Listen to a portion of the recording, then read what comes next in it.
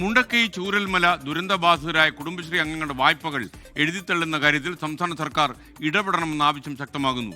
കേന്ദ്ര സർക്കാർ കൈയൊഴിഞ്ഞതോടെ പ്രതിസന്ധിയിലായിരിക്കുകയാണ് 3 വാർഡുകളിലെയും കുടുംബശ്രീ അംഗങ്ങൾ.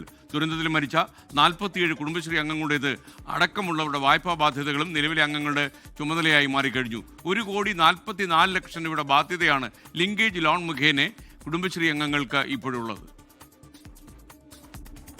മുണ്ടക്കൈ ചൂരൽമല മേഖലയിലെ 10, 11, 12 വാർഡുകളിലായുള്ള വിവിധ അയൽക്കൂട്ടങ്ങളിൽ 7ഓളം സ്ത്രീകളാണ് പ്രതിസന്ധി നേരിടുന്നത്. 47 കുടുംബശ്രീ അംഗങ്ങളെയാണ് ദുരന്തം കവർന്നത്. 280 പേരെ നേരിട്ട് ദുരന്തം ബാധിച്ചു. മറ്റുള്ള അംഗങ്ങളെ പരോക്ഷമായും ബാധിച്ചിട്ടുണ്ട്. ദുരന്തബാധിതരായ കുടുംബശ്രീ അംഗങ്ങളുടെ ആകെ വായ്പാ തുക 4,10,00,000 ഇതിൽ ദേശസാൽകൃത ബാങ്കുകളിൽ നിന്നും മറ്റുമുള്ള വായ്പകളും ഉൾപ്പെടും. ലിങ്കേജ് ലോൺ ഉൾപ്പെടെ 1.44 കോടി രൂപയുടെ ബാധ്യതയും നിലനിൽക്കുന്നുണ്ട്.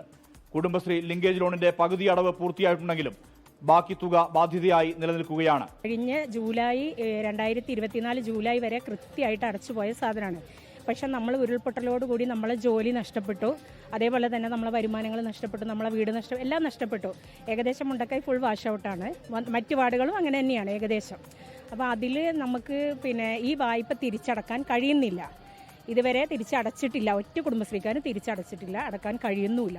വായ്പ എഴുതിത്തള്ളുന്ന കാര്യത്തിൽ കേന്ദ്ര സർക്കാർ മുഖം തിരിഞ്ഞു നിൽക്കുന്ന സാഹചര്യത്തിൽ സംസ്ഥാന സർക്കാർ നിലപാടിനെ പ്രതീക്ഷയോടെ കാണുകയാണ് കുടുംബശ്രീ പ്രവർത്തകർ. നമുക്ക് എത്രയും പെട്ടെന്ന് നമ്മൾ ലോണുകളൊക്കെ തള്ളുക, ലിങ്കേജ് ലോൺ തള്ളുക, ആന്തരിക വായ്പയും തള്ളുക.